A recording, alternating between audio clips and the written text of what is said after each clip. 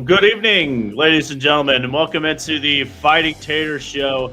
It is Thursday night, just after 8:30 here local time in the Mountain Time Zone, 7:30 up north. A little bit of a later start tonight because we wanted to talk a little UofI ISU because they're playing each other this weekend. A battle for the Potato State Trophy. First ever time that these teams are going to battle for this new trophy that Coach Eck basically invented last year. Because why not? Yeah, why not? Yeah. So they're going to play for that thing coming up on Saturday. A lot of BSU CFP talk tonight.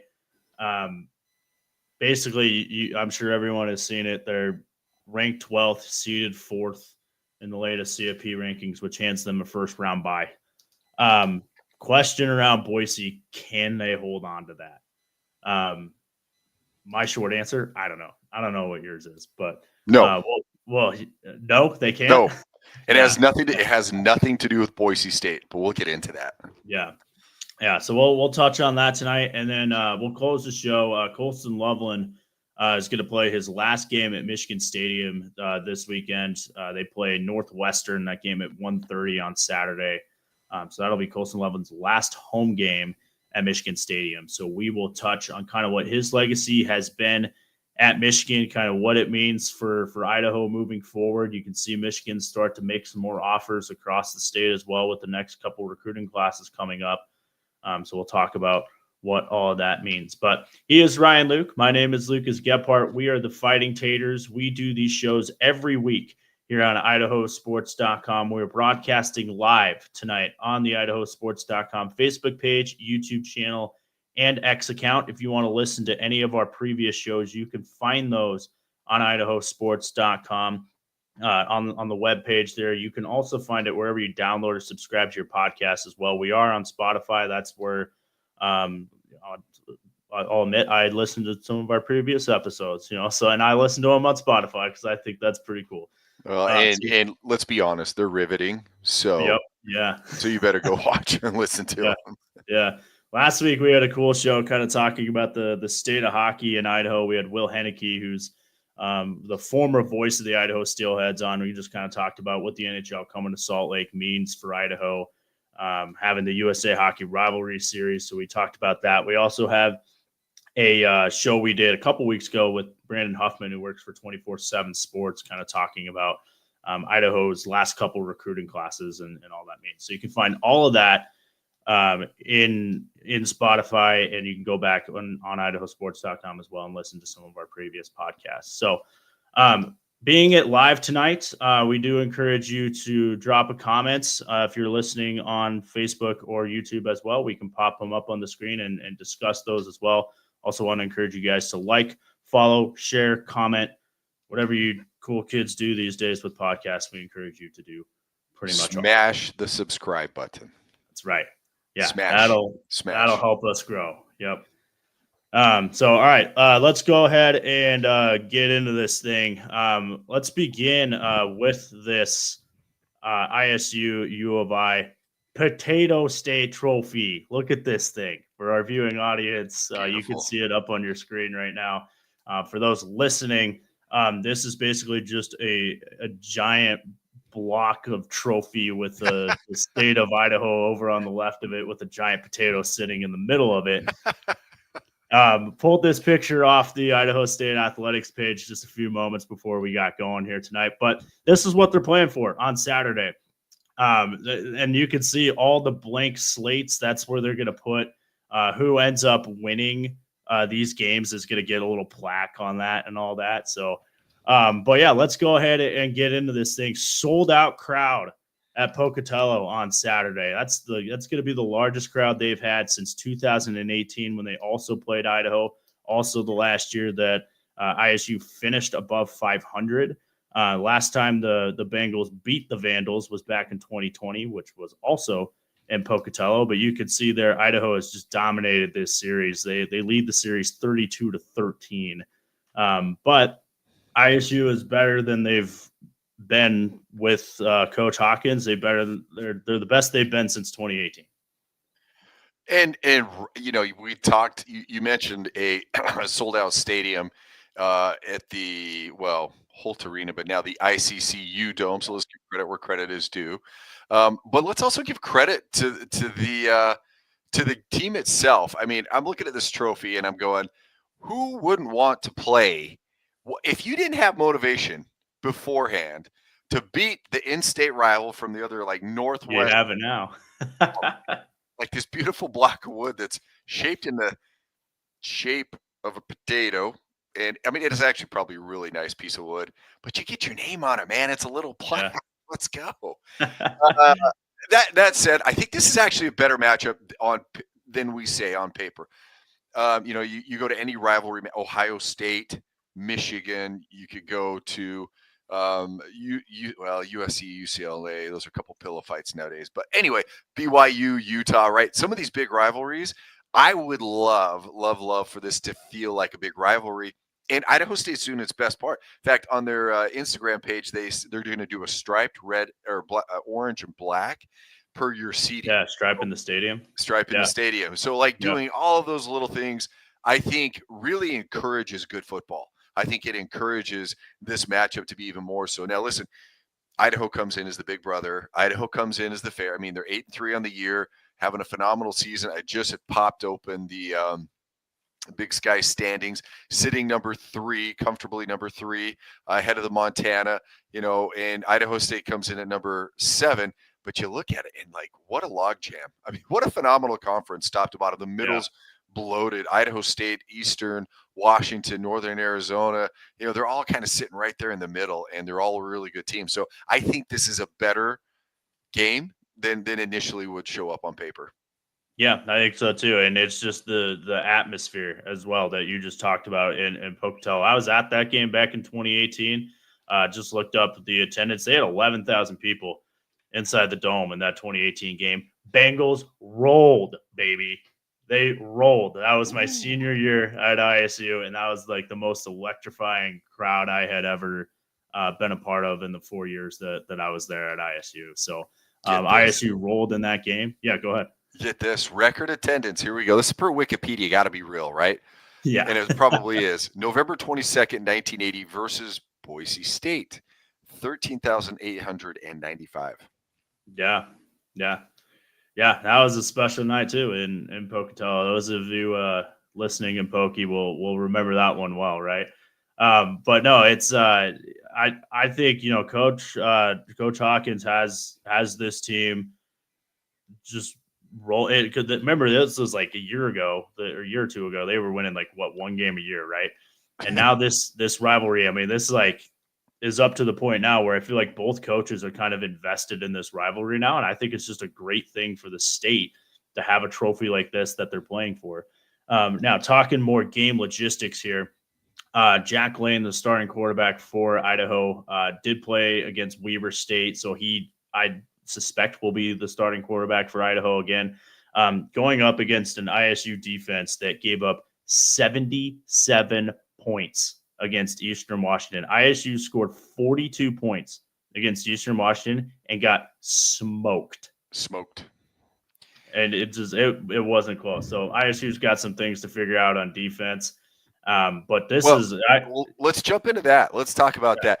ISU has trouble matching up with speedy receivers. So they get beat when they get beat downfield. That's their biggest thing. Up front, they're when they play in the box, their front 7, we'll call it, linebackers and their defensive line, they're very stout. And you look at the recruiting classes and who they brought in. I mean, they have a legit 3-star middle linebacker. There are division, FBS schools that don't have a 3-star starting middle linebacker, right? So I think they're stout up front, but they get beat deep. And so what do? Do you roll? Do you turn it into a dime, a nickel coverage, a dime coverage all the time? Then you get run on. And in that game, Eastern Washington exploited the changes on defense, and they just basically did the opposite of whatever the personnel was on the field. Yeah. Eastern ran for 481 yards in that game. So, I mean, not often you score 77 points, and your quarterback, who, by the way, had a perfect completion percentage, was 14 of 14, throws for 206 yards and 1 touchdown. Eastern ran for almost 500 yards. And again, against them last week. That's insane. Right, because they rolled up and they played a lot of nickel and dime, bringing in two, Yeah. three extra defensive backs. They rushed three at times. They were they were trying to force and hand it to Eastern Washington because Eastern Washington, and I only saw highlights, folks. So, and I read about it. So I didn't watch the whole game. So you can skewer me if you want, but they wanted Eastern Washington to beat them with the run, and Eastern Washington beat them with the run. Yeah. Handily. Now I talked. Yeah, go ahead. No, it beat them handily. Yeah. Yeah. Now we talked about Jack Lane kind of coming back for Idaho. Idaho was just fine with their backup quarterback. Went 6-1 without Jack Lane, a quarterback there. So UofI's been fine, and it's been the defense that's kind of got it done for them this year. We talked about earlier in the year how ISU was running 3, sometimes 4 quarterbacks. They've kind of settled on one guy now, and that's Kobe Tracy, who against Eastern Washington, ISU threw the ball 54 times against Eastern. He had 4 touchdowns, 370 yards. So Kobe Tracy kind of settling in here as the starting quarterback for ISU, and that was something that you kind of called for at the start of the year. It was like, hey, Hawkins, you got to pick a guy, and they picked Tracy, and they've been rolling offensively ever since then. Yeah, offensively, they don't have a lot of weaknesses, and they have actually some young players that are committed to the program.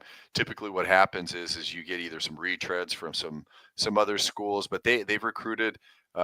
Name that comes to mind is Ian Duarte out of Eagle a couple of years ago, played a big part, and now he's moving into a bigger role on offense. They have, Kobe Tracy is a transfer in, but Kobe just slings the ball. I mean, that's all he does: stands in the pocket and slings that thing.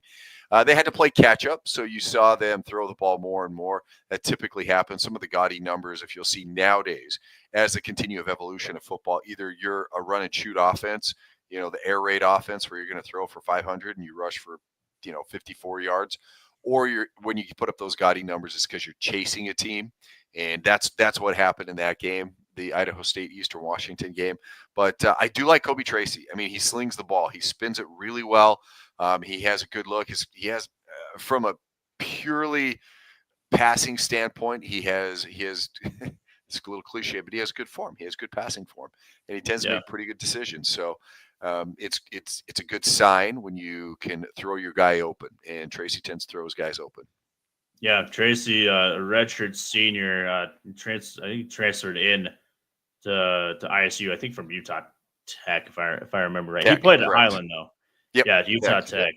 Yeah, so he played at Highland, and that was kind of early days when I was calling games for Idaho Sports. So I got to see him play at Highland a little bit. So it's kind of cool that he comes back and plays for the hometown team too, and going to play in front of one of the very few sellouts of the last few decades that's happened in Pocatello. So I think that's a pretty cool story for him. Yeah, local kid, love it. Yeah. All right, so moving on now to kind of the main story around college football, and that is these college football rankings and what they mean for the teams that are kind of coaxed into them. So college football rankings, these are, for all intents and purposes, mean nothing. They're talking points for Ryan and I, or what they are. So we're going to talk about it. So latest rankings came out on Tuesday. Top 4 seeds doesn't necessarily transfer to, or top 4 teams, I guess, doesn't necessarily transfer to the seeding. You can again see on your screen here. For the listening audience, we'll walk through it. Top 4 in terms of rankings are Oregon, Ohio State, Texas, and Penn State. Now, that doesn't translate to the top 4 seeds, which the top 4 seeds, remember, have to be a conference champion. Oregon, Texas, number 3 is Miami, and number 4 is Boise State. You and I were texting about this before the rankings came out, and I told you, I was like, I think they're going to be at 4. I think they're going to be at 4. Looking at the AP media rankings when those came out, I was like, I think they're going to be at 4. Here they are at 4. But here's part of the issue. Look on the left side of your screen. We put in some other notable rankings. This is where the CFP ranked these teams. You have Indiana at 5, another Big Ten school. You have Miami at 9, who's that 3 seed. Obviously, Boise State at 12. We all know that. And then right behind Boise State, you have SMU at 13, BYU at 14, Colorado at 16, Army, not all that far behind at 19. So that's putting pressure on Boise State to win their last 2 games, probably plus the Mountain West Championship even. And then you have Arizona State, who's still alive in the Big 12 at 21, who plays BYU this week. And then you have UNLV at 24, which is the higher they are, the more it helps Boise State, right? Because they have the win at UNLV. So the question is, they're at 4 right now. Will they be at 4 on December 6th when the final rankings come out? That's the question. Yeah, and the answer is no. It's impossible to put a Boise State team in who literally has not beaten until this UNLV team, if they stay ranked, until they play UNLV in the conference championship, to come in and sit ahead of all these other teams.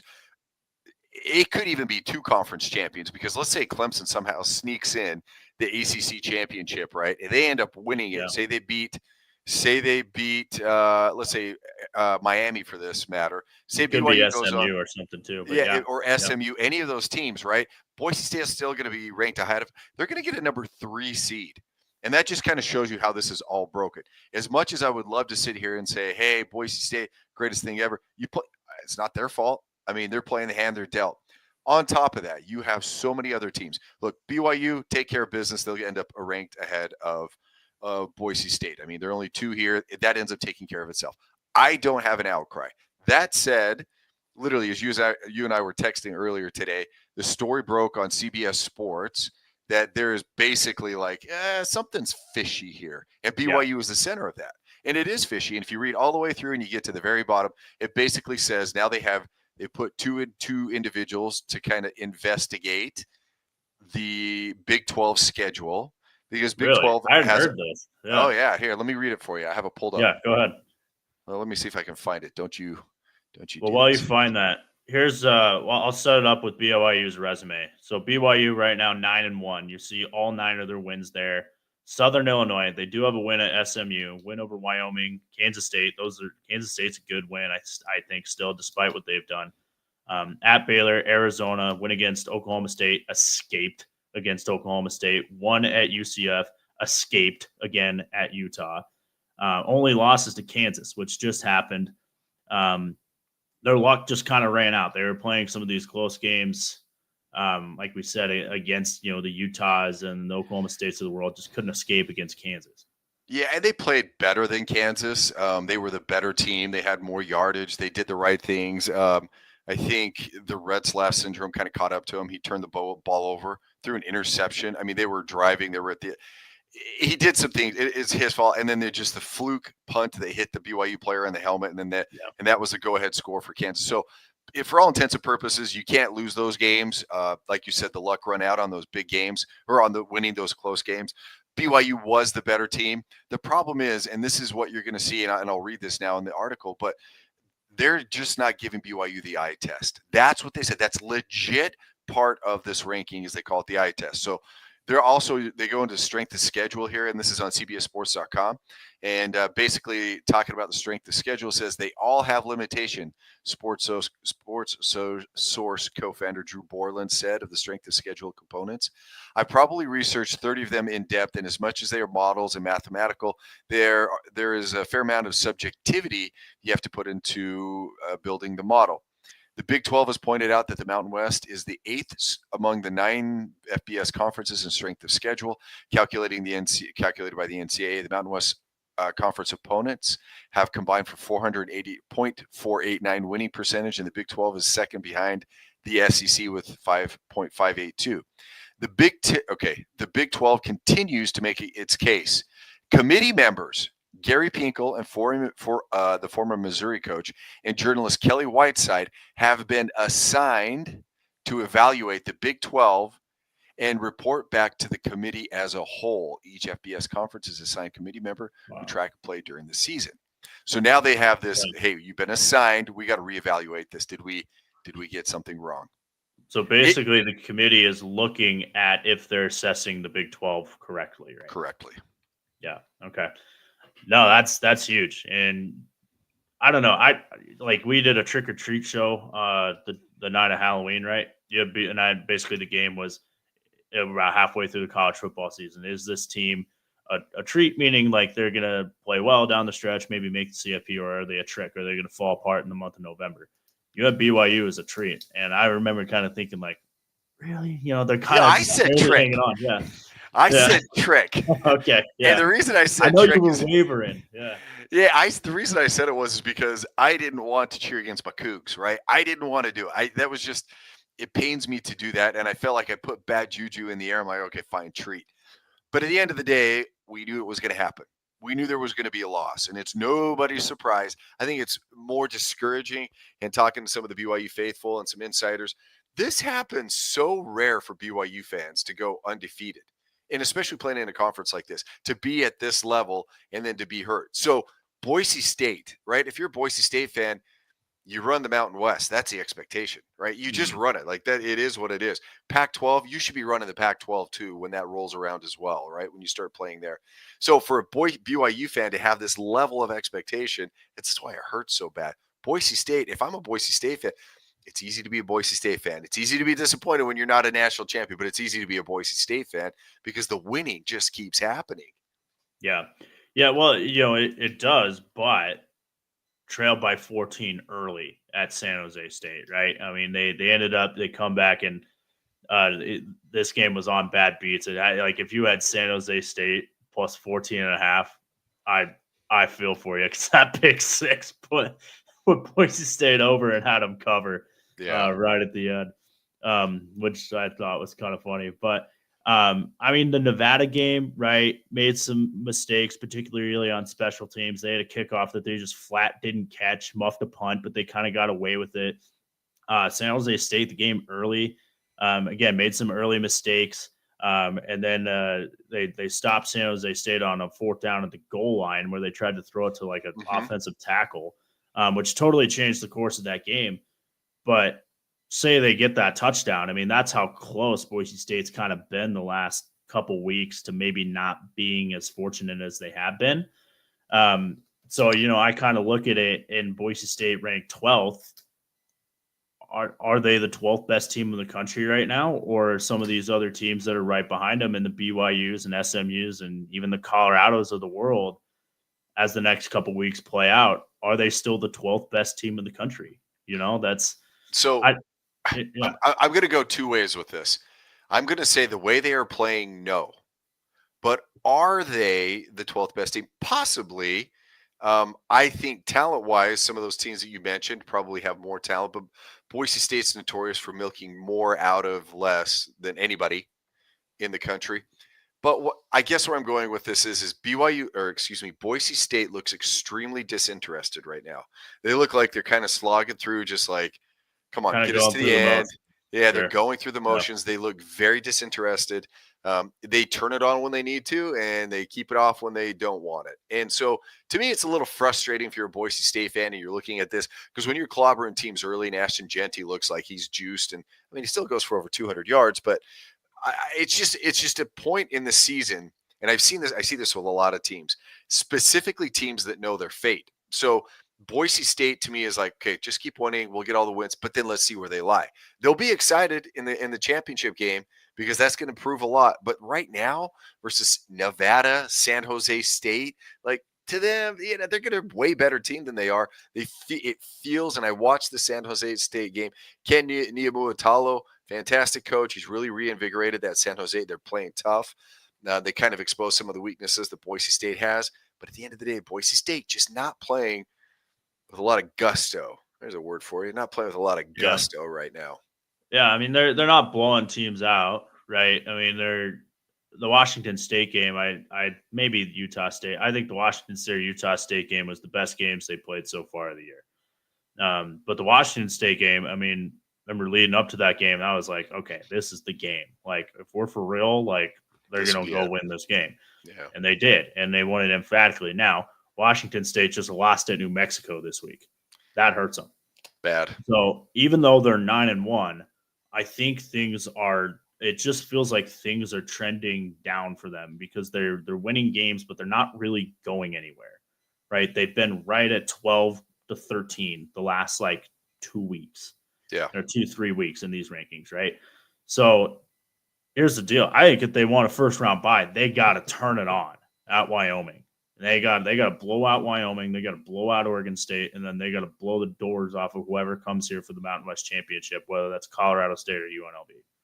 Yeah, and I actually, it probably helps them if it's UNLV instead absolutely. of Colorado State. Yeah, you want to play UNLV, and if you're a voter, you're assessing this, or if you're looking at the college playoff committee, you also realize that it's tough to beat a team twice in the same year. It is. It's just tough. Well, that goes to the point of why I think it helps them even more. Correct. Right? Yeah, and they take that into consideration. Listen, Wyoming it'll be a trounce fest. It's going to be cold. It's going to be very, very cold. But that said, breaking news: it's cold in November in Laramie. Shocker. In Laramie, 70. What is it? 7,800 feet. Yeah, I mean, come on.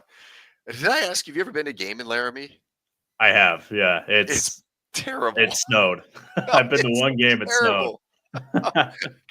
Oh man, they're tough as nails, man. You'll see the dude out there with the short sleeve shirt, and he's got a natty light or something sitting there, and you're like, "What are you doing, man?" Yeah. You're bundled up. But the joke in Fort Collins is that the most fun city in Wyoming is Fort Collins. That's the joke. Yeah, well, I mean, there are some beautiful places in Wyoming. Come on.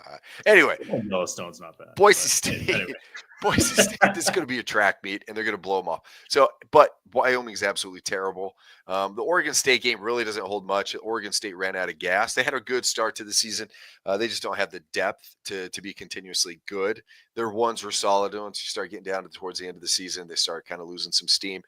Boise State has been fortunate in the sense that they are not injured to umpteenth degree. Lost an offensive lineman, the left tackle. Outside of that, which they may get back by the championship game, but they're fairly healthy. I think they're kind of playing conservative to stay healthy. They know that if they're going to make any kind of run, you got to stay healthy, and sometimes you just don't go the extra mile, or you don't push it as hard if you want to stay healthy. Yeah, that could be the case. And Genty was I can't remember how many carries he had last week. 30, it was over 30. Yeah. But again, in the game where he needed to get 30 carries, right? Yeah. I mean, he gets 30 carries when Boise State needs him to carry the ball 30 times. If they're winning 31-14 going into the fourth quarter, he might carry the ball 15 times. And and there's like watch through the game, like the trajectory of his carries. First half, he'll carry it 15 times, right?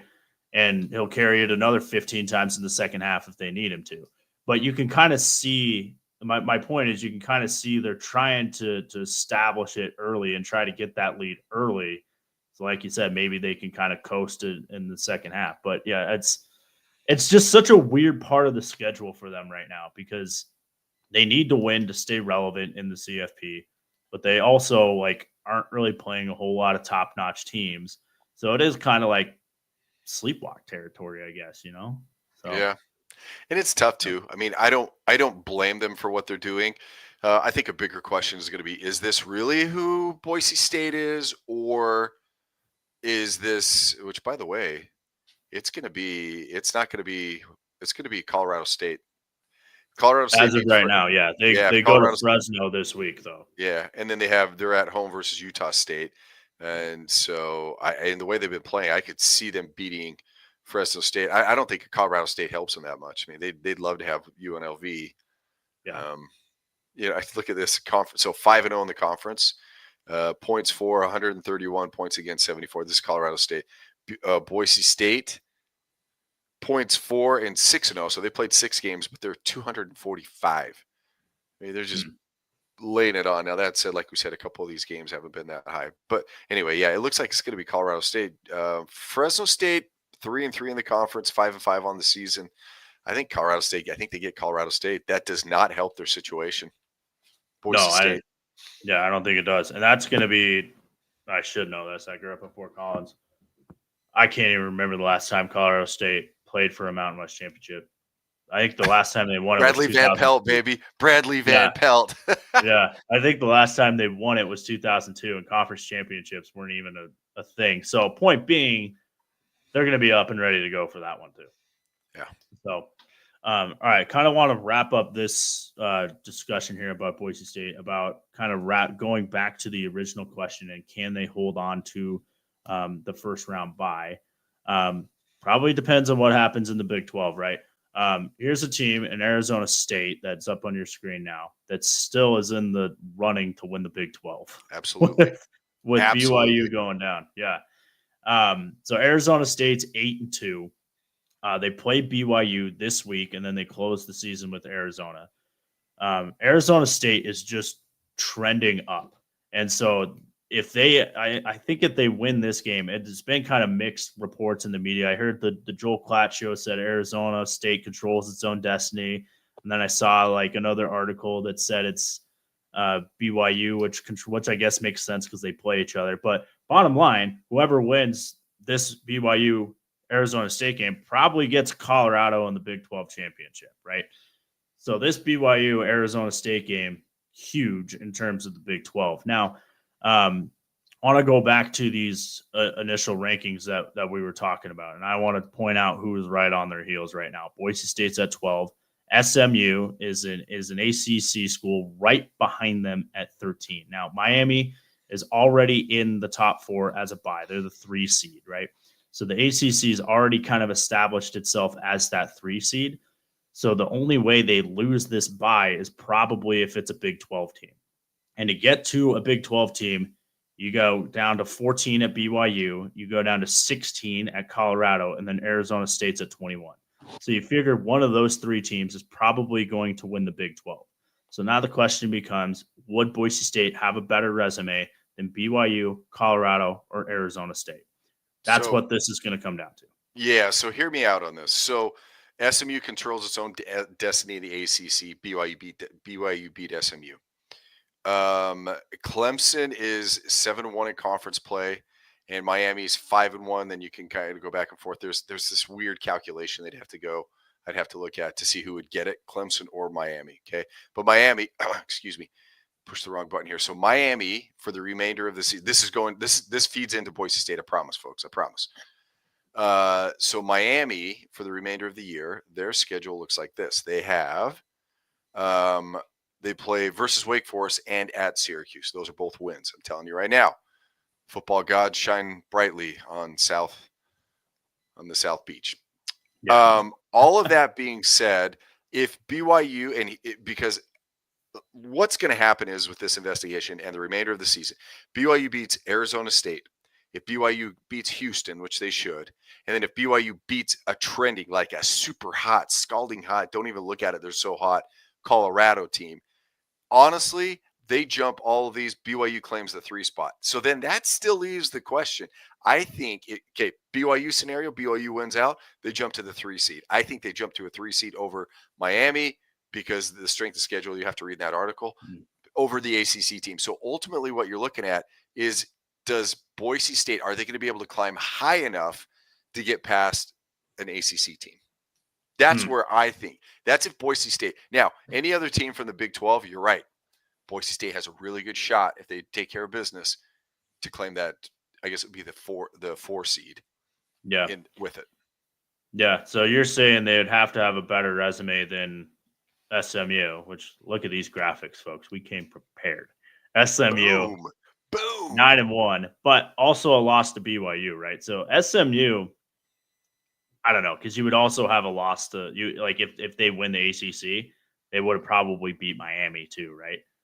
So there's a win Miami over or Clemson. There's your right. signature win. Yes. Yeah, I think that's the tricky part for this whole thing to figure out. Because remember in last week's rankings when Georgia was left out, now they beat Tennessee at home and they're back in, right? So it's where are these teams right now? So the committee is not looking ahead to, well, what if SMU beats Virginia? They're looking at here's their wins, here's their losses, here's how the teams that they beat are doing, here's how the teams that lost how they're doing. It's if the season ended today, these are the rankings. So if the season ends today on November 21st, Boise State would have a first round bye. But as we play out the last 2 weeks and even the last plus the conference conference championship, right? Man, I don't know. I think it's going to be razor thin, and I think if it's and we didn't talk about this yet with Texas, right? And not to shift gears too much here, but Texas is ranked seeded second in this thing, and find me a solid win on there. Colorado State, at Michigan was good at the time, not anymore. UTSA, Louisiana Monroe, Mississippi State, at Oklahoma, at Vanderbilt. That one's okay. Florida and at Arkansas. The only team that, and I'm going somewhere with Boise State with this too. The only team that they played with any relevance was Georgia, and they lost. Right? Kind of the same as Boise State, don't you think? When you're Playing comparing Oregon, when you with compare Oregon, right? Yeah. I mean, I would argue strength of schedule, these teams are better than the Mountain West. I mean, you can't tell me like Florida's actually Napier kind of trending. They just got done beating very sad Brian Kelly at LSU. Vanderbilt was ranked when they won this one. Michigan was ranked too, but Michigan will be lucky to make a bowl game now. Yeah, but if Michigan versus Nevada, who wins? Yeah, Michigan, fair. Yeah, right. Florida versus UNLV, who wins? Florida, right? So my point is they beat better teams, right? If we're going to stack them head to head, but if you're talking about pure loss, like no, they don't have a signature win. Yeah, well, Texas is a perfect case of why the eye test matters and why the committee is looking at the eye test. Yeah, it's because Texas passes the eye test. That's why they're ranked this high. I just thought that'd be kind of a fun one to talk about. Oh, it is. And you know what? I could argue BYU that too. BYU doesn't pass the eye test. They have won ball games. They don't win them pretty. But in fact, BYU does not have a top 100 player on NFL draft radars. Not one. Really? Top 100 player. They say, you know how weird that is? Like BYU, this is the weirdest team. Boise State has the number 15 player on the draft radar, right? And Ashton Genty. Yeah. Depends on which draft radar you're talking about, but number 15 and a couple of other players that are getting some sniffs. BYU doesn't even sniff that. Now, at the end of the day, you got to look at like the strength of schedule. You got to look at who they beat and what they're doing. There's so much football to be played. 2 weeks are going to tell us so much, and 3 weeks. Let's give us 3 weeks, and we're going to know a lot more. It's going to crystallize. It's fun to kind of argue this and say this. Boise State just has to stay close and keep sniffing, and they'll be just fine. Yeah. I think that, the bottom line is they went out. They're probably in this thing. The question is, what seed are they? But yeah, I think you and I are both in the same boat that there is certainly a very high probability that Boise State can win the rest of its games and be bumped back to the 12th seed. Yeah. I think both you and I are in that same boat. I hope it doesn't happen. I think it'd be awesome. If they get a first round bye, they'd probably go to the Fiesta Bowl, the bowl game that Boise State just doesn't lose in. So, none of these players ever played in it, but just program history. Sure. Yeah, the program pedigree. Yeah. So, all right. So, yeah, we'll see how all this plays out over the final 2 weeks of the regular season and then going into the conference championships and then Selection Sunday, they call it, December 6th, where we finally find out where all these teams sit. So, all right. Well, we do have a comment. Says, here we go. Sean Kane here. BSU playoffs, please. Yeah, I think well on their way to the playoffs. So, yeah. So, Sean, there you go. That Sean, first comment of the show. I just saw that one pop in. So, I had to throw it up. So, Sean, thanks for listening. We appreciate it. All right. Transitioning to our final topic of the night here. Colston Loveland, starting tight end at Michigan, Gooding High School graduate, will play his final home game at Michigan Stadium this weekend. They play Northwestern, so and that'll be senior day for Loveland. So as he goes into that, kind of reflecting back on his career at Michigan, your thoughts about the way he played early, right? I think we all remember that first touchdown he caught against Ohio State at the Horseshoe. We were just like, that's Colston Loveland. That's Colston Loveland. Number 18 out there. Yeah. And he's been the best tight end in college football this year. He's been outstanding for Michigan. Still projected to be a first round pick in the NFL draft. So yeah, as I was watching Game Day or something anyway, and Colston Loveland came on, and what they were doing is they were running down the top NFL prospects, and they said Colston Loveland, literally the most complete college package at tight end since Kittle. since George Kittle, because when he played at Iowa, and Kittle's one of the best blocking tight ends. And we talked to Brandon Huffman, we talked to some other people, but it's just, that's the MO, right? Do the blue collar, get it done. Homedale graduate, Boise State guy, playing for the Chargers now, playing fullback and defensive tackle. Scott Malek, just get it done. And I think Colston Loveland embodies that. But what I think we haven't really is just elite athleticism too. At 6'5", then he goes up after balls. He'll run away from defenders. I remember watching versus, I believe it was TCU, or maybe it was the playoff game. Maybe it was the semifinals, but he caught a pass. It was a kind of a deep crossing pass, and he created separation with his speed, caught a ball, turned it upfield, and it was like this 35-yard, and he outran people. And I think that there's a lot more of that to come with Colston Loveland. You see Brock Bowers in the NFL. I'm not saying he's Brock Bowers. I think that he probably blocks better than Brock Bowers. So I think that there's just a bright future for Colston Loveland heading into the NFL. Yeah, totally agree. Yeah, and going back to the national championship last year, right? Kind of had the catch that kind of put the cherry on top for Michigan last year too, which was cool to see. And it was interesting talking to Huffman a couple weeks ago. He mentioned something that I don't think you and I really ever thought about. And Colston Loveland got recruited in Idaho, and you can go back and listen to this interview. It's fantastic. Basically, the story is that he was getting recruited basically during COVID, and Idaho played football in the fall when he was getting recruited, when not a whole lot of other states were. Yeah. So because of that, there was extra tape out there on Colston Loveland. And so when a lot of other kids weren't playing, Loveland was. And so he kind of rises to the top, gets a little bit more of the attention from some of these top schools. He goes to Michigan, ends up thriving in what appears to be kind of the perfect environment for him, right? And now, because of his success, you have guys like after this, kind of like, Gatlin Bear, right? It was one of the highest rated recruits ever to come out of Idaho, and ends up going to Oregon after his 2-year mission. So question for you here is, what has his success at Michigan done for the next wave of Idaho high school football athletes who are coming out of this state? I think and again, I'm no recruiting expert. I try to dabble in it, so there's that. But what I will say is I think Idaho high school football is continuing to solidify itself as being able to churn out products.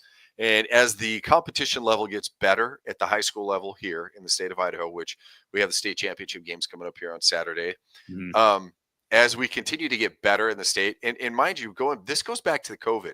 And one of the things that jump-started it was the mass migration from California.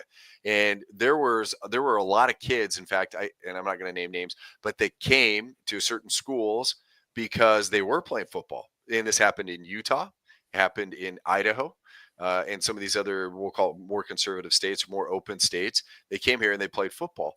But that's only accelerated the growth of the game on the field at the Idaho level. And so to me, you start seeing Kelvin Obot, right? He's going to be he's a 4-star recruit, easy 4-star recruit. Jax Tanner, Rocky Mountain just lost, unfortunately, and they're not where they want to be. He's going to be a 4-star recruit. And they're pumping out and they're producing these high-level 4 stars. And it's almost kind of like, well, instead of a flyover recruiting state, it's like, hey, we got to make a stop in Idaho.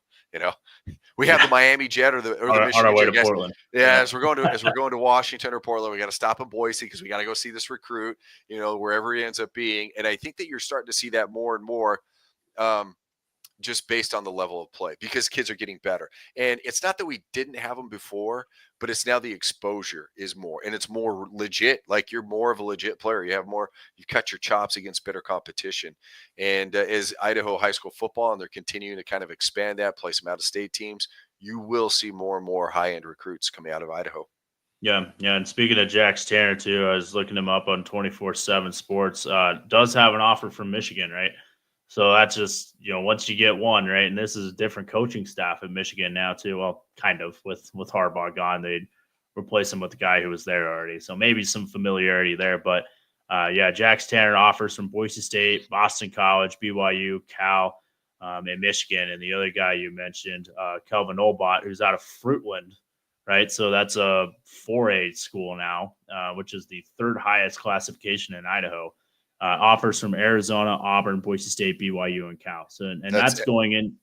Yeah, go ahead. So that's ACC, ACC, SEC, ACC. Those are top tier conferences. Yeah. And those are the top 2 recruits in the 2026 class. So not kids that are graduating this year, but kids that are graduating next year. So current juniors are kids who would have just wrapped up, most of them at least, just wrapped up their junior football seasons, which is kind of the main recruiting year, I guess, if that's still the case. So, you would say your sophomore year, you get on radars. You need to be on radars by your sophomore year, and then have a good junior year, and that'll determine where you lie going into your senior year, and then you can improve it. Basically, just improve it if you get it getting into your senior year. But yeah, you're right. That's coming out of the junior year. So Obot being a 4-star now, it's going to be tough for him to crack that 5-star. It is, just because he doesn't play the competition. There's only 32 of them, right? Yeah, there's it's tough to crack that. I think Jack Stander will crack that. He's at an 89, I want to say right now. You got to be a 90 to be a 4-star. So, they're right there. Yeah. So it'll be exciting to see how that 2026 class evolves. The 2025 class, by the way, not quite as strong as last year's class, but still some decent athletes in this class, but they're mostly we do have Sione Perkins, who's a tackle for Eagle, who's going to play for the 6A state championship, an Iowa State commit. Dallin Grimes, a 3-star, going to Boise State as an offensive tackle. Then you got a couple Rocky kids, Isaiah Reed and Cannon Kimball Turner, who are committed to some Mountain West schools in Nevada and Wyoming. And then after that, it's basically a slew of Big Sky schools after that. So once upon a time, that was probably a great recruiting class for Idaho. That's great, to have a Big 12 kid and to have 3 kids going to the Mountain West. But I think now we kind of look at that as like, it was okay. Well, you're right. And I don't want to downplay this, because I think these kids have worked really, really hard. To the point where, you remember a few years ago, and I talked about Nate Reynolds earlier in the show, and Nate Reynolds was a 3-star, and he was a legit 3-star coming out, and he chose Idaho State.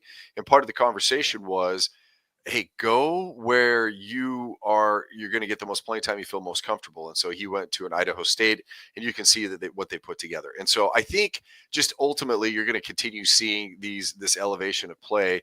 It's funny you say that. Sione Perkins, I have a funny story about him, but I'm not going to tell right now. But he's huge. I mean, he's a 6'9" frame. 6A, right? Yeah. What's that? You got the 6A game, right? Save it for the broadcast. I do.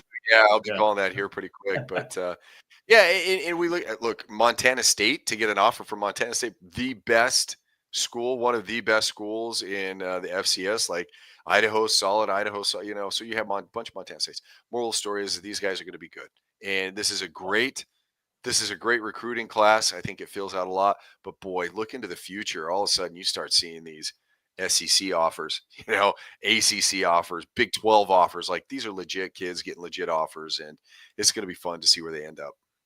Yeah, it was fun calling the Rocky Rigby semifinals game last weekend, because it was just basically littered with future Division I talents, especially at Rocky, right? Yeah. So that was fun to watch. So my wife's birthday is tomorrow, so unfortunately I had to turn back the 6A game with you. But have fun on that call on Saturday. We're going down to Twin Falls. She's got a big birthday party with her family planned. So that's where I'll be this weekend. But Twin Falls, a 6A state championship. I'll be Twin Falls all day, bro. Yeah, right. But have fun calling that game. By the way, if you're a high school football fan in Idaho, we're going to have audio broadcasts of all 6 state championship games, which actually one of them was tonight. But we got one tomorrow. There's a bunch tomorrow, and then 2 on Saturday. I know the 2 on Saturday because that's right here. Yeah.